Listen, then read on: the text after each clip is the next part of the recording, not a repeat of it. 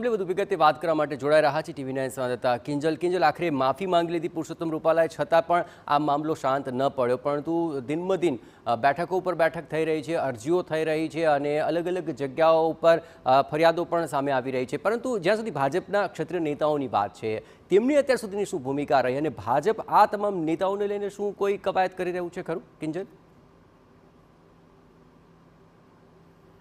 ભાજપ પ્રદેશ પ્રમુખ C R Patil પોતે રાજકોટની અંદર ડેમેજ કંટ્રોલ માટે ઉતર્યા હતા, પરંતુ આ જો વિવાદની વાત કરવામાં આવે તો અંદાજે લગભગ રવિવારથી આ વિવાદે તૂલ પકડ્યું છે।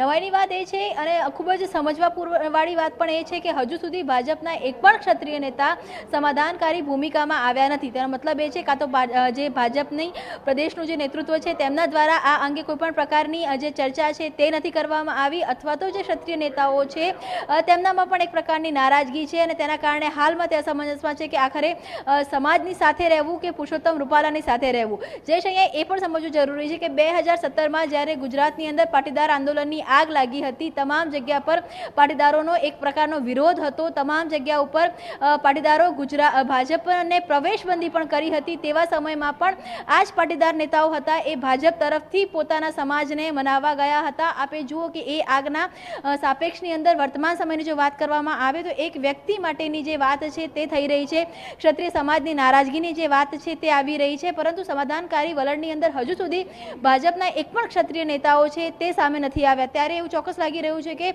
વિધાનસભાની ચૂંટણી વખતે એક સૂર હતો કે ક્ષત્રિય સમાજ માંથી ધીમે ધીમે જે પ્રતિનિધિત્વ આપવાની વાત છે તે ભાજપમાં ઘટી રહી છે। વિધાનસભાની ચૂંટણીની અંદર પ્રદીપસિંહ જાડેજાની વાત કરવામાં આવે કે ભૂપેન્દ્રસિંહ જાડેજાની વાત કરવામાં આવે કે અન્ય જે અન્ય ક્ષત્રિય નેતાઓની વાત કરવામાં આવે તો તેમને ટિકિટ આપવામાં નથી આવી, કોરાણે મૂકવામાં આવ્યા હતા।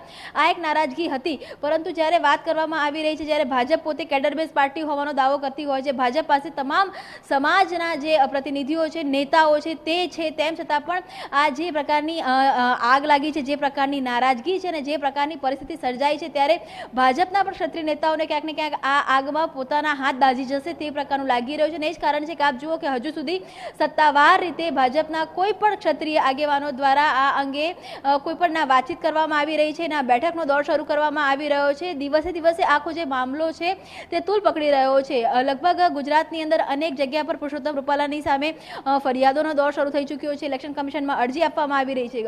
અને જો ભાજપની વાત કરવામાં આવે તો કોંગ્રેસની સરખામણીમાં ભાજપ પાસે ક્ષત્રિય નેતાઓની એક આખી ટીમ છે, પરંતુ અત્યાર સુધી કોઈ પણ ક્ષત્રિય નેતાના ખુલીને બહાર આવી રહ્યું છે, ના સામે આવી રહ્યું છે, ના આ અંગે કોઈ પ્રકારની પ્રતિક્રિયા આપી રહ્યું છે। ત્યારે 2017ની અંદર જ્યારે પાટીદાર આંદોલન હતું ત્યારે પાટીદાર સમાજને મનાવવા ખુદ પાટીદાર નેતાઓ હતા તે જ સમાજની વચ્ચે ગયા હતા।